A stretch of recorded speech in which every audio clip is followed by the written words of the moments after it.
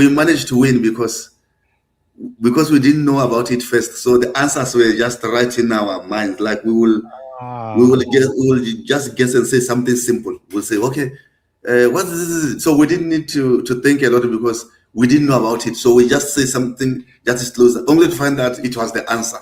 It was the answer. The only problem at the finals, it was so difficult to get our accent because our team was old school. So Yeah. sometimes it becomes difficult. We say the right answer, but he didn't get it properly. It's thinking something else. Yeah. Yeah. Next time it happens, we are going to also attend the competitions. This time we're going to win. Wait, you mentioned something that some of our viewers here may not understand. How do you define what Africa? Is there anything better than a trip getting ready? Nope. For a long journey where our podcast released a new app and searching for a fade fiending, new fixation. Giving this a subscribe is the same sensation. Started with the day ones, they gave us fuel to support the season. Could have been anywhere in the world, but you're here for a reason. Notification bells, text some friends, all to let you know. Check your Bluetooth, connect, talking with Donato. Welcome in, everyone. This is Thrust Issues with our guest, Overthrust. From the Kalahari Desert of Botswana to the biggest metal stages on Earth, today's guest didn't just break into the global metal scene, they kicked the door off its hinges. Overthrust is Africa's most powerful metal band, blending raw aggression, African mythology, and real-life struggle into music that's as much therapy as it is thunder. They played Wacken Open Air, toured Europe and the US, and turned anger, pain, and identity into a worldwide movement. This isn't just a conversation about metal. It's about healing, culture, brotherhood, and how four guys from Ganzi built something loud enough for the whole world to hear. Welcome to the show. This is Overthrust. Dumalang Vulture Thrust. Thank you so much, my brother. Hey, Dumela in our language. Yeah. Thank you so much. I didn't know if I was gonna nail it. I didn't want to ask you, but I was like, I'm gonna give it a shot. I'm gonna give it a shot. That's great. Yeah, you did it. Yeah. Dumalang. So Overthrust was born in Ganzi, Botswana. How did that environment shape the sound, attitude, and spirit of the band? Yeah, actually, Ganzi is a very cultural reserved area with different ethnic groups and tribes. So what is uniting the community of Ganzi is actually music, variety of music. But us introducing a different concept, at first it was a challenge.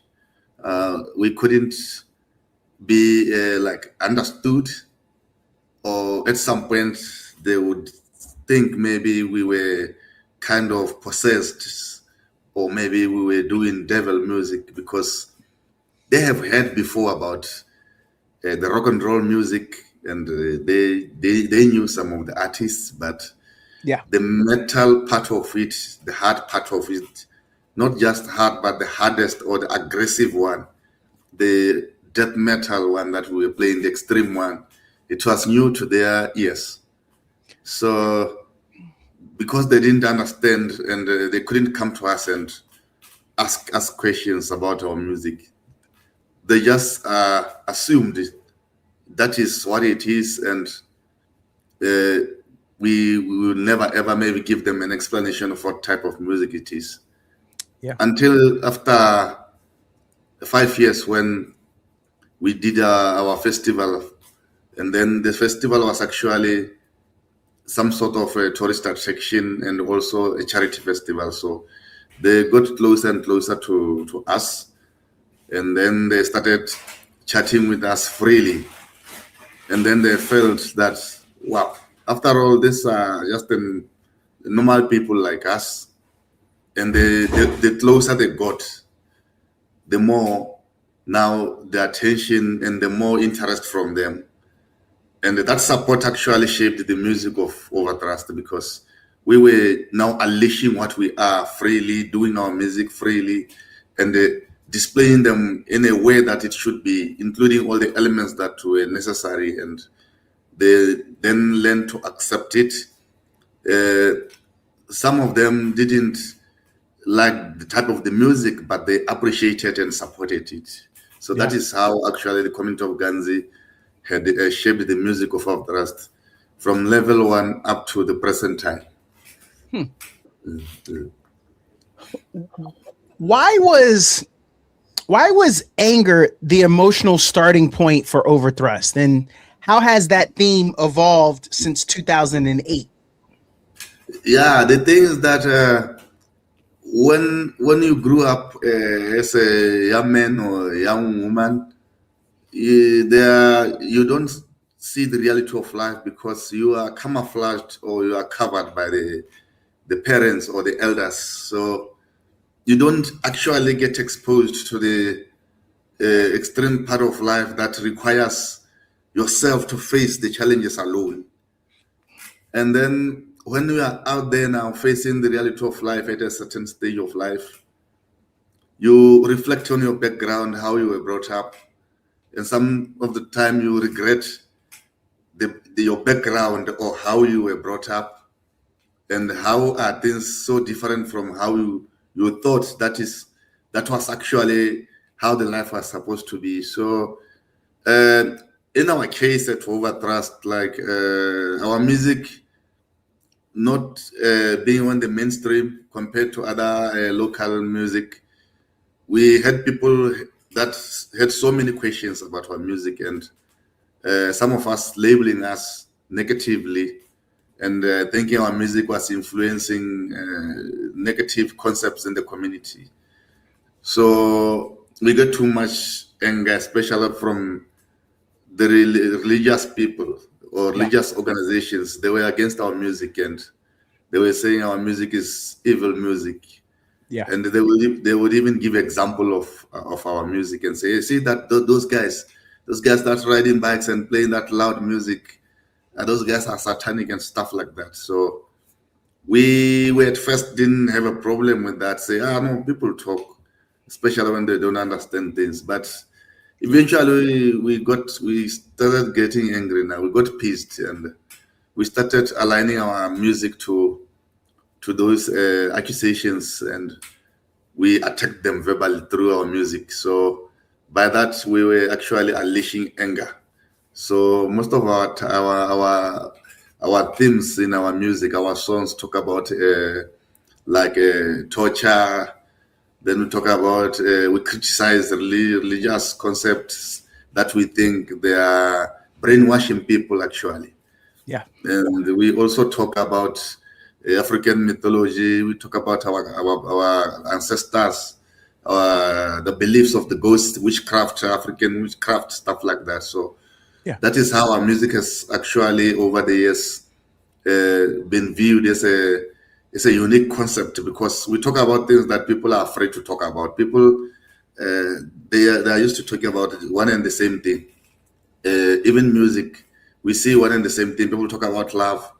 People talk about nice things, but these people that mostly talk about things themselves, they experience hardships in life, but they can't sing about that. So it gives people a wrong picture. It gives people a picture that no, everything is just fine. They don't cover the other side of life. They don't want to talk about that. I don't know why. For example, people live with death every day, so they know people die, people get sick. Some beliefs, people are bewitched, Yeah. stuff like that. So when you talk about stuff like that, because they are not common stuff, they consider them like negative stuff, like vulgar stuff. So if you talk about them, they start pointing fingers and think maybe this one is from the dark side. So they is evil. So we want people to get used to such stuff, because the songs that we write ourselves, mostly they are part of day-to-day activity like accidents. Uh, Someone will say, "Okay, don't drink and drive. That's not okay. You will cause accident. You will lose your life," and Yeah. then that's it. So they don't have something that may actually shock people to see the reality of that. They camouflage things. They don't face reality. They don't call spade a spade. So if we do our artwork, we put a picture of exactly scenario that is happening. Like we will put a skull, maybe a cracked skull with blood flowing all around and broken bones, and that is a very sensitive artwork or scene to see. People say, "Hey, this is not good. Hey, this is not good." So then they say it happened because somebody was driving a car and Yeah. they were heavily drunk, so they caused the accident. Somebody lost their life. They Yeah. say, "Oh, I would not like to be in a scene like that one." Then it's something that keeps on reminding people that yeah, if you do this, you'll end up like that. If you do this, you'll end up like that. Hmm. So we started like a school of trust, not necessarily an official school, like the conferences, the workshops. We spread the metal around the community. We were playing free shows in the bars and in some public areas, lecturing people about the metal music and telling them, no, this is part of the music. And some would even go to the extent of saying, but how come you had music like this? How come you played? Because this music is common with the whites. Then they say, yeah, but this music it was started by a black man. It was started by Chuck Berry. But I also understand that there was another lady before Chuck Berry. Yeah. Then there's also another. We have legends like Jimi Hendrix. The Marshall cabinets and amps have been named after him. So we had so many people. So it's a uniting music. It's a uniting music. We told them that Botswana, Botswana became popular in terms of metal. It's a small scene, but very special one. But it became popular because the interaction between the whites and the Botswana community before was a peaceful one. Like in Africa, Botswana is the only country that has never experienced the wars or the aftermath of what was happening in the world. So I would say we are a nation that has never been exposed to extreme stuff. Maybe in future, but before we have never experienced that because the working relationships between the Westerners and then Botswana, it was a good one. Then the rock and roll music was introduced to our forefathers, our ancestors by that time, and it passed to us. So that is how the metal cultures come to us. The dress code, it was actually something cultural.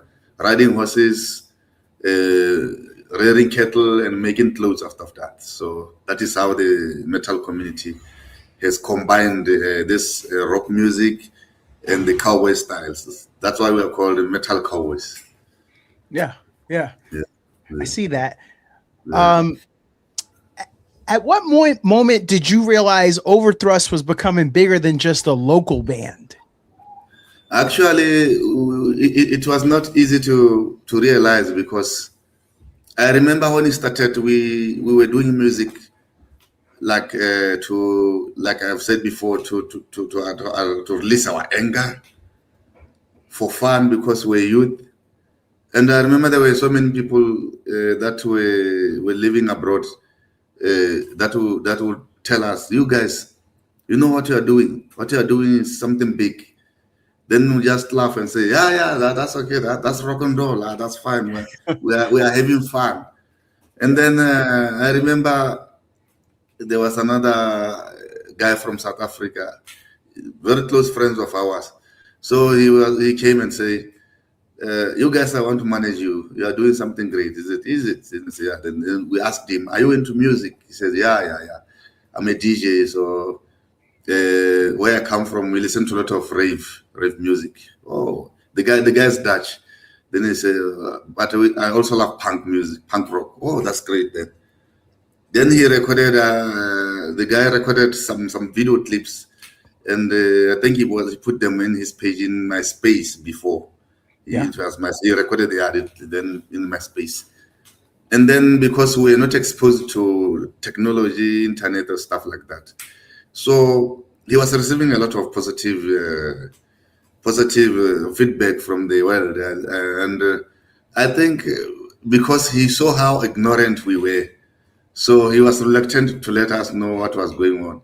He kept on saying, "You guys are doing great. The world is looking at you. Okay, no problem." And then we were invited the show by one of our friends also from Rust. Rust is one of the first underground bands in Southern Africa or Africa in general. So the guy called Stux Diamond, he invited us for his show, and then we played the show. Immediately when we dropped from stage, he took us backstage, and he was like, "You guys, your music is needed in South Africa," because he was playing a lot of shows in South Africa, and there was positive feedback. "You guys, your music, they need it there. They will love it." Then he said, "Is it?" He said, "Yeah, yeah, yeah."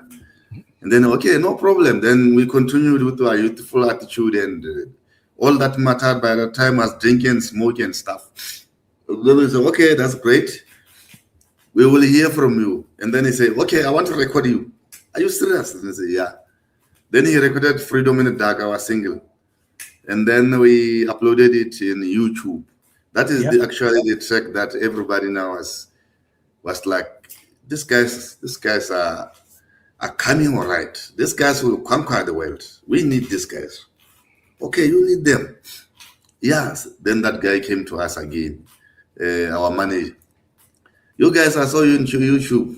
Where did you record the music?" They said, "Now we're recording from Tux Diamond." I said, "Yeah, that's great. The recording is also good." And then we relaxed. Then in 2013, that was a breakthrough now. In 2013, Stux Diamond for us, they were invited to a show in Cape Town, Metal for Africa Festival. Yeah. And then Stux Diamond says, "No, we have played in South Africa a lot, so there's a band called Overthrust. Can you please give them a chance?" And then they ended up agreeing to that, the host, and then he came to us and said, "You guys, how would you feel if you have to play in Cape Town, Metal for Africa Festival?" And then we said, "Wow, are you serious?" Then he said, "Yeah, I'm serious. With your music, I told you music, they need it there." "Oh, no problem then." Like it was a joke. Then he said, "That's fine." Like everything, we took everything for granted. Yeah. And then, as the time approaches, it was around December. I said, "You guys have to go to South Africa in January. Do you know that? End of January." "Are you serious? We thought you were playing." And said, "Yeah, I'm serious. I'm going to connect you to Patrick Davidson." And then we started receiving emails, and then we started communicating.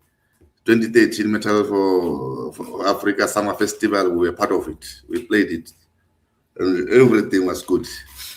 So from there, it was an open gate to the world now.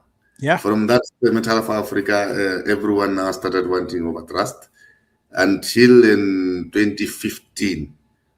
Our current managers, we met them in 2015. Firstly, Jason Bunning from Florida. He actually approached that before. I think sometimes around 2008 when the band was starting. He was sending us messages like, "I like your music. This is great. I want to help you in your music." Then we were ignoring messages for a very long time.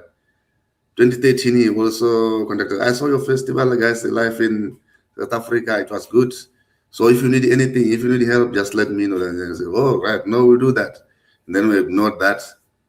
2015, now that is when we realized how serious he was.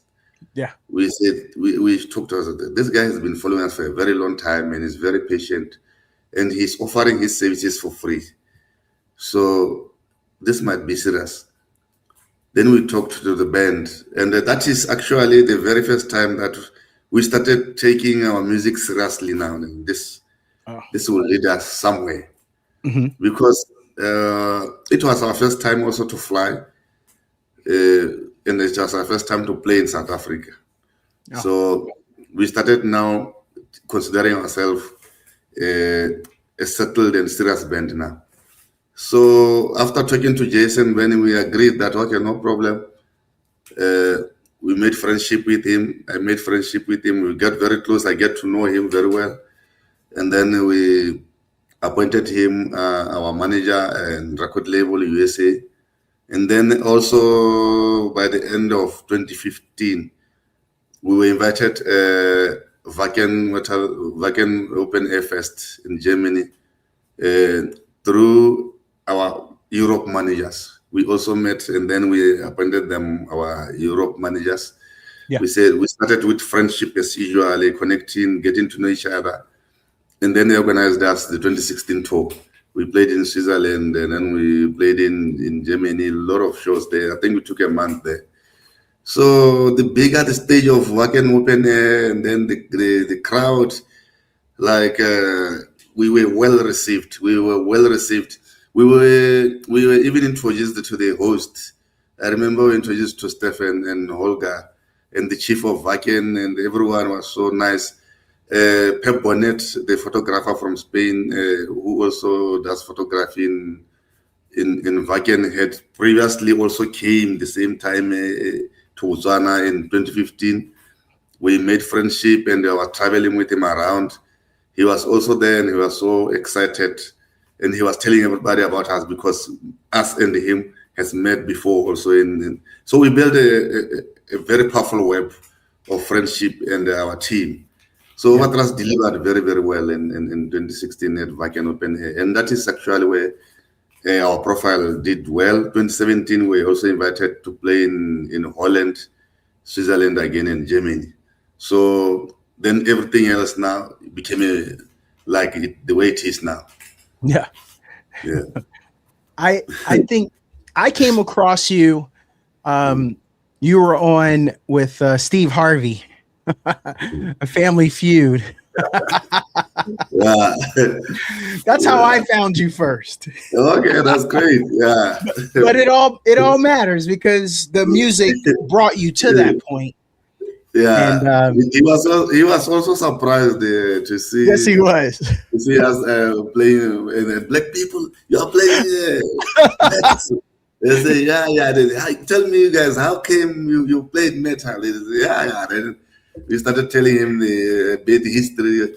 And he actually already knows about the metal music. Then we were telling also him about the Ice Cube. Ice Cube is a metal band, Body Count. So, like we were telling that the metal community is so wide. So Yeah. it was actually good that we were part of the Family Feud because many people didn't know that there were also African metal bands in Africa.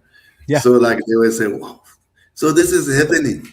So they were like it made it opened everybody's eyes that after all, what we have here is there is also existing in Africa. So and it was a very very entertaining program. We loved it, and us also meeting Steve Harvey, it was a dream come true.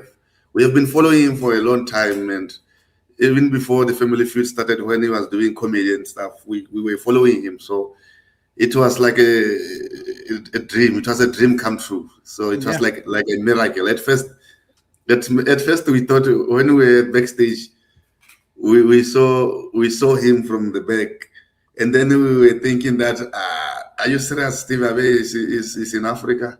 Then he says, the other guy said, yeah, he is there. But it doesn't. But is it him? Maybe somebody has put a mask to present him so that he can do the program. Then they say, no, it's real. It's him actually. Is it? Then they say, his brother was there, also came and said, yeah, you guys, I've seen you in CNN yesterday. Then he said, is it? Then he said, yeah. And I'm your new fan now. We were told the guy is a younger brother to Steve Harvey. Steve Harvey also was saying, you guys are all over. I'm saying, you tell me what you do. Then I think that was the most entertaining Family Feud because we knew about Steve as of a TV guy, but we didn't know anything about Family Feud, but throughout the level of the competition until the finals, we managed to win because we didn't know about it first. So the answers were just right in our minds. Like we will just guess and say something simple. We'll say, okay, what is this? So we didn't need to think a lot because we didn't know about it. So we just say something just as close, only to find out it was the answer. It was the answer.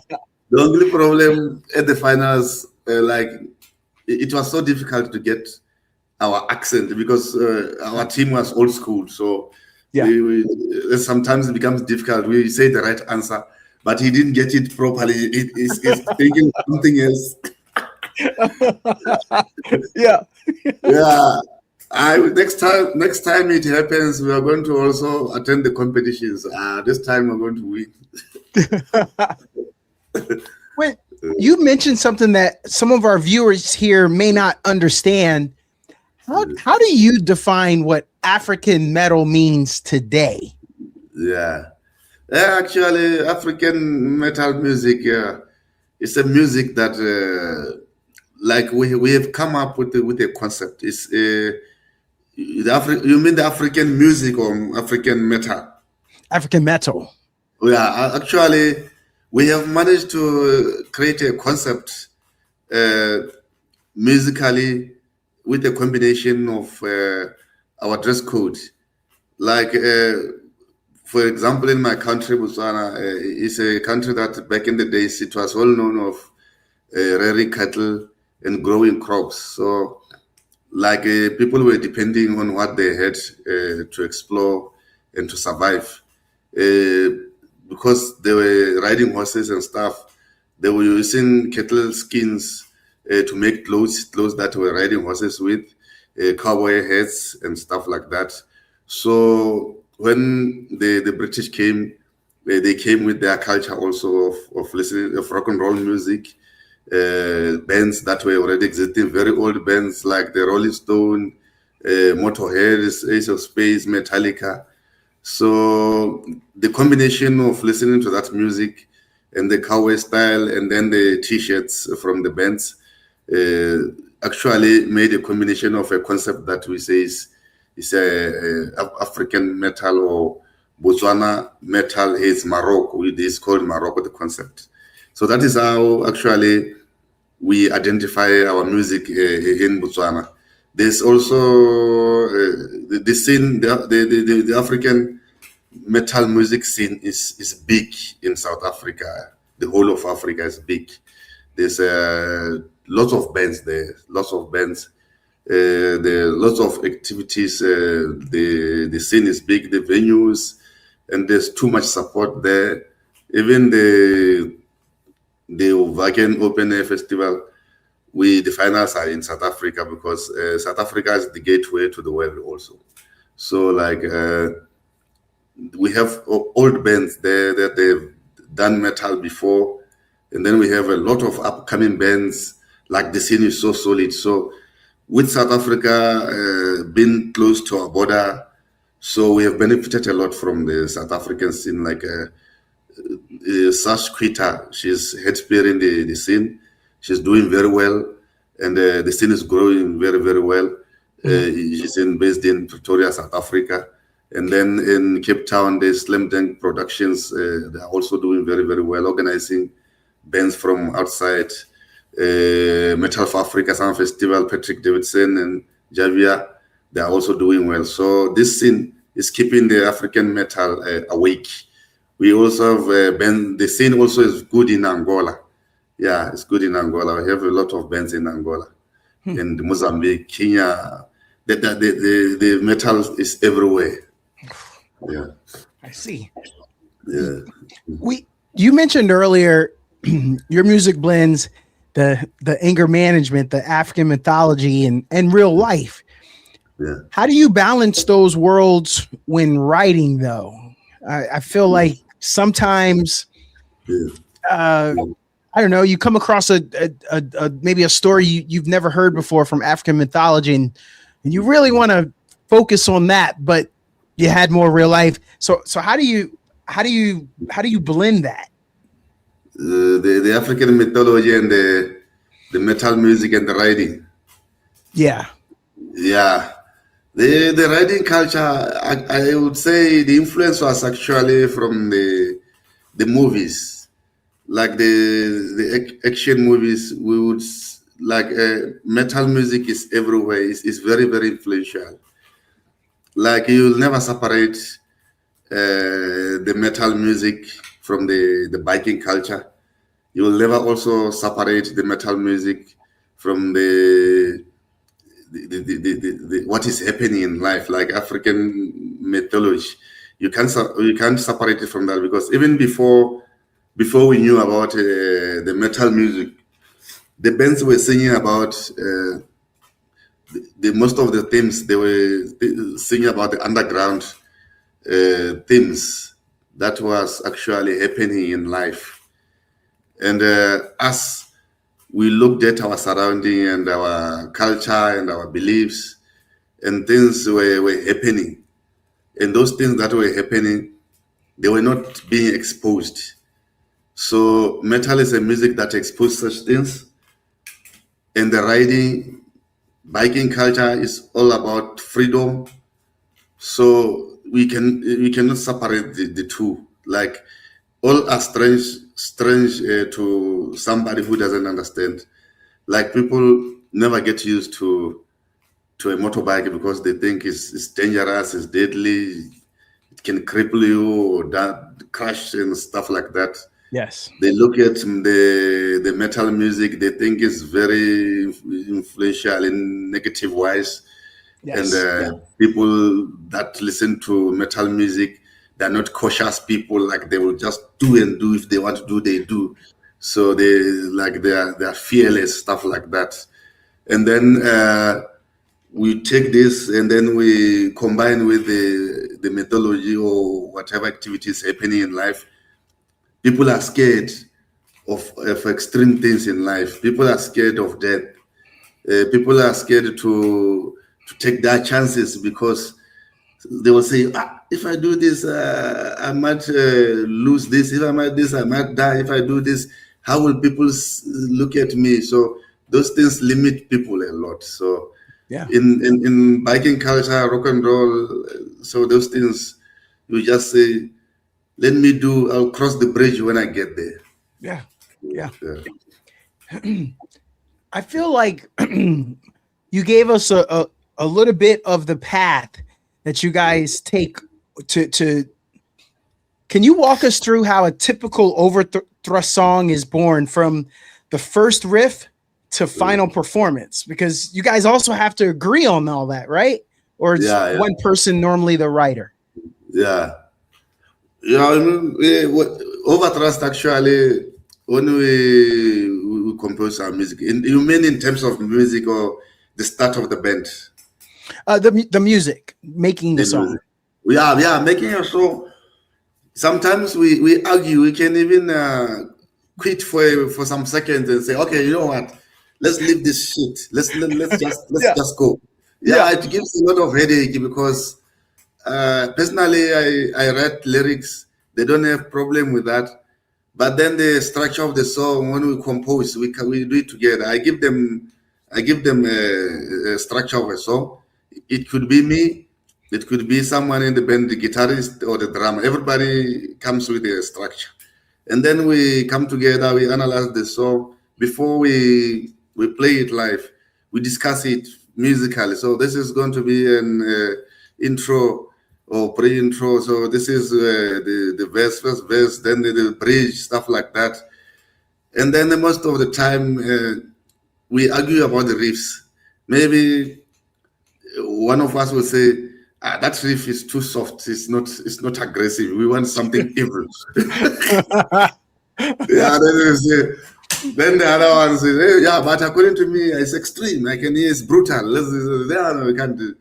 And then when we start put it into action, we realize now the reality of it. No, but the drama, can you change your technique? That is not how you should drum that song. Because I or someone came with the riff, they already have a pattern of how it will go, and the elements that they need to be included from others. So Yeah.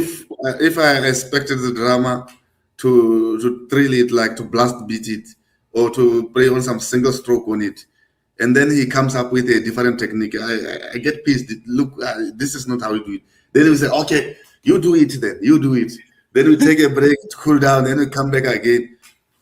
By the end of the day, the song is complete. Usually we take our song step by step. We will do the whole structure, a draft of a song, and then we will say, okay, this is your part, this is your part, this is your part, and then we do the first part of it, which is the intro, and then the first and second verse, and then we repeat, then the bridge. When we get in the bridge, we stay there for the song. Then we take a break, we come back again, then we continue. Then from there until the song is up. Then after, when the song is aligned and we agreed, no, this song is now okay, it's perfect. That is when I add the lyrics after, when everybody now knows the song. So that is actually we do. When we do songs in Overthrust, we do them as a team. So I don't come with a song and say, yeah, take. This is how we do it. We discuss the song. So that is how all our songs are mostly are very identical. Like we have our own signature. Now, we all have people from a lot of different countries tuning into this episode. I'm pretty excited. And so could you explain to them, because we're in the Google age, and so you're going to say it and then we're all going to Google it, but they may not understand. Could you explain which mythological or cultural stories from Africa have most influenced your lyrics? Yeah, the most cultural or mythology or African belief that has actually influenced Overthrust music is the fact that, like I've said before, we are very old school, and we were lucky to be born in I would say, it's the middle age. Middle age era is the 85. 85, we have experienced both the old school, olden days, and the modern days. So we are so lucky to be in that. We understand both parts of the world. So back then, we used to spend a lot of time at the cattle post with our grandparents, especially when the schools were closed. Yeah. So it's the cattle post in Botswana or in other parts of Africa. They're very scary at night because there are wild animals, and there are also some abandoned yards, old yards that we were told that there used to live an old man here. He was a witch doctor, or he was just a traditional doctor. Yeah. We had somebody here who hanged himself here. The spirits are there. So the places were haunted places in those bushes, and we grew up. We used to see ghosts like at night. You will see just a fire or a huge spark of fire in front of you, then it disappears, or just see a figure, a long figure. You will not see the head, you will not see the toes, just a long figure from there. So it was so scary, and it felt so real. And the witchcraft was too much. People believed in witchcraft, and they could even perform some miracles, sort of, in front of everyone. So they were very, very powerful witchcraft doctors before. So because we grew up in that era, our music was influenced because we talked about things that we have seen in life. And then we are trying to take that picture to the world and say, no, it might appear as stories, but some of us have experienced it.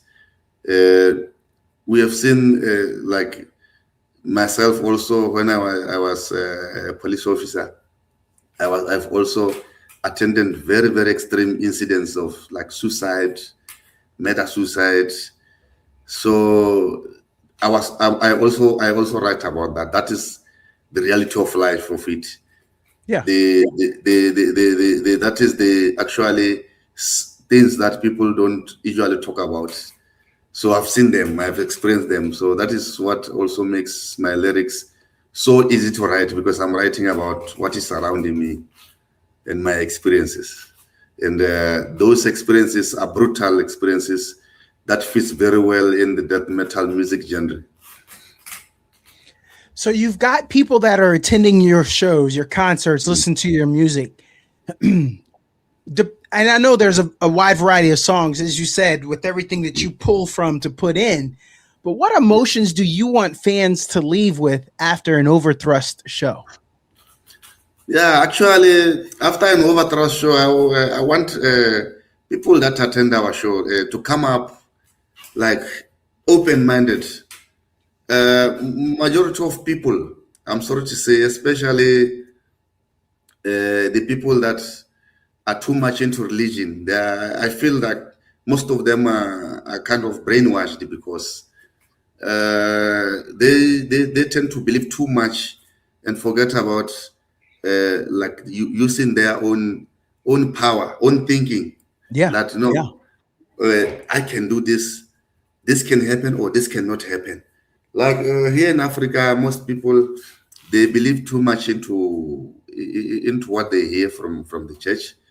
They are spending a lot of money in churches, yet they are getting poor and poor because I feel they are deceived. We used to have pastors who used to tell people that they can actually perform some miracles for somebody to get rich.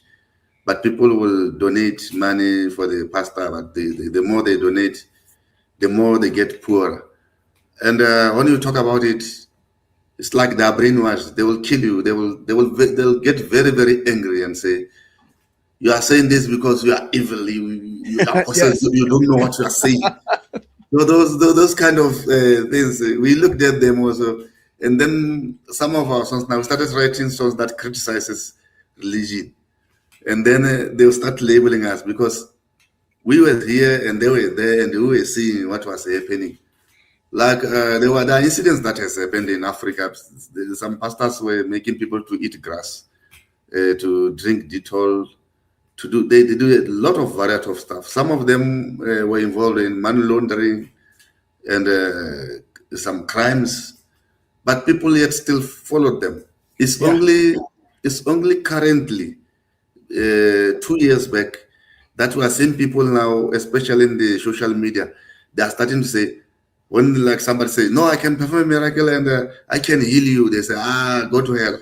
We know you guys. You are just scamming. You are deceiving us." Yeah. So I would say our music also have contributed positively because those guys, I think, they were the opposite of what they were preaching.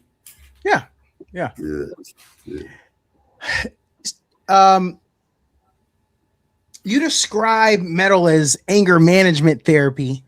How has the music personally saved or grounded you? Yeah, the concept of anger management, like when somebody is angry and the anger builds inside, so they will explode, like they will do things without Yes. thinking. Yes. So when people listen to metal, when they listen to overthrust music or metal in general, there's a lot of screaming in there. There's a lot of noise that will like play with your mind, like make your mind divert into something else. Like it will convert your energy into something else. Like when somebody's angry, they wouldn't just come to say if they say they want to attack to you and say they want to slap you. Or they want to tell you to. They want to say, okay, shut up. They just can't come and say shut up. They will say shut up. They will Yes. that anger. That's shut up. After saying that, you see the person like now they are starting to breathe slowly, bit by bit, like they have released something. So that is the usual attitude of a metal music. Like when they sing, they scream, there's a lot of pounding drums. That energy when you hear the drum pounding, if you had energy that you want to fight, and somebody is playing that energy, and then you are comparing that anger and that one, it actually swallows that anger in you. So Yeah. it's a therapy because metal music, you would say, okay, I want to hang myself. Uh, Someone will say, "No, don't do that. It's not good. You are now it canceling. If you do this, you will do that and that. Nobody will. People will forget about you. This is your life." Then metal will come and say, "Okay, you want to hear yourself? That's fine. That's good. What are you going to use? Do you prefer a wire or something or a present?" And then you look at somebody's talking like that. It's not common for people to say that. Then you end up laughing, and then that's his therapy. Say you are crazy, you are Yeah. crazy. Like somebody, the song will say, go ahead, kill yourself, motherfucker, go ahead." And then you listen to the song and say, "What?" It's something that you are not used to hearing that. Yeah. And then you have a problem. You end up forgetting about the problem, and that's how Yeah. metal heals everyone. Like you are free, you become a child again. You do funny stuff, you do things the opposite way, but you become bad in a good way. So something that can actually teach people that you know what, don't take life seriously. Just live your life and do whatever you do, and Yeah. forget about everything. Less stress. Yeah. Do you think heavy music is understood when it comes to mental health and emotional healing? Because you did a good job just now of explaining it, but Yeah. to what you said is not everybody's open-minded enough to Yeah. even give it a chance to either to get the I know this is going to sound weird, the soothing effects, the release that the Yeah. metal music is going to give you. It's the release. But do you Yeah. think that it's you think it's misunderstood when it comes to that mental health and emotional healing? Yeah, it's so difficult, but I think if we do more workshop, metal workshop, it would help people. But I've never seen anyone attending a metal show, even new people that attend a metal show, uh, getting bored when they get there or when they after the show. Actually, they will even come more because they experience something different. People play one and the same thing, but metal music over the years has managed to keep its originality the same way. Maybe 95% of it is still the same way. Yeah. So people will have negative perceptions about it before they attend or before they actually see what's going on with metal music until they attend, and then or somebody make them listen to it to the music. At first they will say, this music is noise, this music is bullshit. And then from there, after some time, they will ask you, "So what's the name of that band that was playing?" Then you say, "Okay, that was Meatloaf. Oh, I love the song." Or maybe they will hear some playing the radio. They will not even know it's a metal or rock and roll song music. But rock and roll is everywhere. It's used in sports. Yeah. It's used in movies. Yeah. It's just everywhere. So, but what surprises me is that they are loving seeing that or hearing that in those ways. But when it becomes an ordinary metal show or rock and roll show, people start getting confused. They actually love metal music, not knowing that they love it. Yeah. Yeah, that's the Has making music helped keep you out of trouble during your younger years, and how? yeah, it has. Actually, the metal music before when we started listening to it, we used to gather at one's place with a tape. Then we'll bring our tapes that we got from our uncles and relatives. We will stay there the whole day listening to metal. Those who were drinking will drink just in that surrounding because we can't go to the bar because at the bar they're not playing metal. So we rather play our metal here. So like the metal people, I will say they are the most coolest people because they don't associate much in public, and the majority of them that we knew from the young age, they've grown up well. They are very respectable people. It's a music that unites the world because I've seen when we were traveling a lot in Germany, we realized also that in the metal community, the whole world, there's no race, there's no background, status, where you come from doesn't matter, your color of your skin doesn't matter at all. like everybody is welcome the way they Yeah. are. So Yeah. it's a very uniting music. And I've seen also in some punk rock areas we were performing in Germany, they had written in the walls that countries without borders, like they're against racism, they're against people ill treating others. So like we have traveled places, meeting metalheads in new places, and within some minutes we are all over each other, enjoying, drinking, and chatting as if we are long friends. Yep. Yeah. Yeah, I get that. yeah, Your live shows and performances. yeah, Your performances are described as movie like. How yeah. important is theatrics and storytelling when you're on stage? Yeah, like when we are on stage, the concept of music, anger management, music, the way we describe it, we are actually demonstrating how to unleash the music, how to divert the energy into something positive.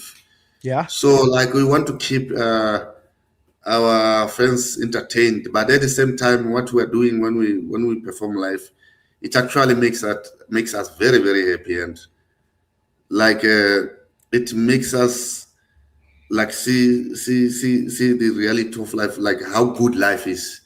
Yeah. So like I would say being on stage is something that I would say is the major thing that makes part of my life happy, because uh, when we call people, we want to show people, we want to give people entertainment, the real entertainment. And most of the time when we perform, I like talking to people about life. I like guiding people. Like, I know we are all drunk and stuff and we're happy, but don't forget where you come from. Take Yeah. care of your loved ones. Look at each other. Don't despise others. Treat others nicely. You know, we might be different about our backgrounds or stuff, but remember that there's something that makes us the same. We are all going to die someday and forget about everything. Yes. So after a song, intensive song, and everybody's happy, then it's quiet. Then I tell them that then when they go home, some will send me messages. Hey man, that was good. That phrase that I will never forget. That yes, I was so angry. Then now I'm not fighting with my wife anymore. Now she's happy also. She said you came back a changed man from the metal show. Did they give you drugs? He said no, I don't take drugs. We were just chatting, and the frontman for Overthrust just said a very nice speech, and I realized how precious life is. Yeah. Yeah. For since you have been able to perform in different places, some of us may never know that. Some of my viewers have never left their country. How does performing in Botswana feel different from performing in Europe or the US? Yeah, but for me in Botswana, we have limited resources in terms of festivals, like the good quality sound. It's very, very expensive. The venues, there are very few venues and small. The good ones are very expensive, and we can't afford them. So the people are very supportive, small population, but very supportive. But in terms of benefiting from the music, we are not at all. So we are actually not doing it to be a millionaires or stuff like that. We are doing it to satisfy our desires, to make ourselves happy and stuff. When money comes, then that's bonus. So the difference is that when we play in USA or in Europe or everywhere, or South Africa, because South Africa has a very big scene, there's a lot of exposure that we get there. Like we get a big crowd cheering us, supporting, buying the merchandise and stuff. And also we get exposed to promoters, we get exposed to the media and everyone else that want to do business with us. And the sound is crazy. The sound is so big and the lighting. So the more we play this, it gives us like a huge exposure. And we benchmark a lot with the bands interaction, the big bands that are already there.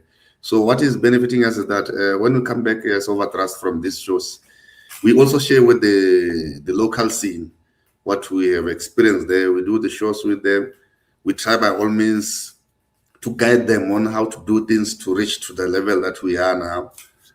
Yeah, but it's getting there. Most of the bands, especially in Botswana, they are disbanding because when they start metal band or rock and roll music band, they do it so that they can live with it. It can make money for them. But the thing that is still they're still failing to understand, especially from myself when I talk to them, advising them is that they believe that you can't just make a band and not benefit from it, not make money from it. But I say, yeah, but this is rock and roll, guys.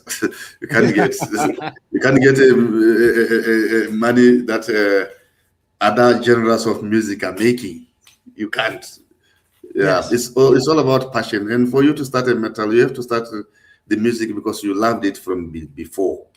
So the moment you put like achieving money more before you do the work, you're going to get discouraged. So many bands disband because the venues are expensive, the sound is expensive, to organize a show is expensive. In myself, at some point, I've decided that I was going to stop organizing the shows. Then I was like, but if I stop now, what happens now? Everything will stop because everybody is looking on us and trusting that we keep the fire of the scene burning. So Yes. that is actually what we are experiencing in Botswana. It's very discouraging, not only in Botswana, I think also in some other parts of Africa. It's discouraging because there's lack of support. We don't have sponsors. Some bands can record good music and then they have everything, they are ready, but then they will not end anyway. They will not have sponsor to fly to go out where they can actually benefit from a huge audience and sell merchandise and be booked with big promoters. So it's very discouraging. It's a struggle. Yeah. Yeah. Charity, community, and legacy. Why was it important for Overthrust to build charity work into the band's identity? Yeah, when I first went to Ganzi, working there as a policeman, because we were patrolling the streets and stuff, I was seeing a lot of disadvantaged children in the community. Like they were roaming the streets, and I was having a chat with them. Some of them they have abandoned school; they were not going to school, and some of them they were telling me that they're struggling at home and stuff like that. Yeah. And then I sat down with the band and say, "Oh, guys, we need to do something for these kids because we are their voice. There are also other people that are their voice, but they're doing nothing about it. So it's like these are the kids that tomorrow they will be causing trouble because Yes. of how they were groomed up, or if they are treated well and guided well, they are the leaders of tomorrow. So let's do something about it." And then we started from nothing. The festival Overthrust Winter Metal Mania Festival started from nothing at all. But when we started, we were with about 5 bands and we were with less than 50 people in the community hall. Eventually, the show spread when the BBC attended the show, and then we have bands from South Africa and Namibia attending, and then the community was very supportive. After that, the community started coming because they also saw the show in our national TV.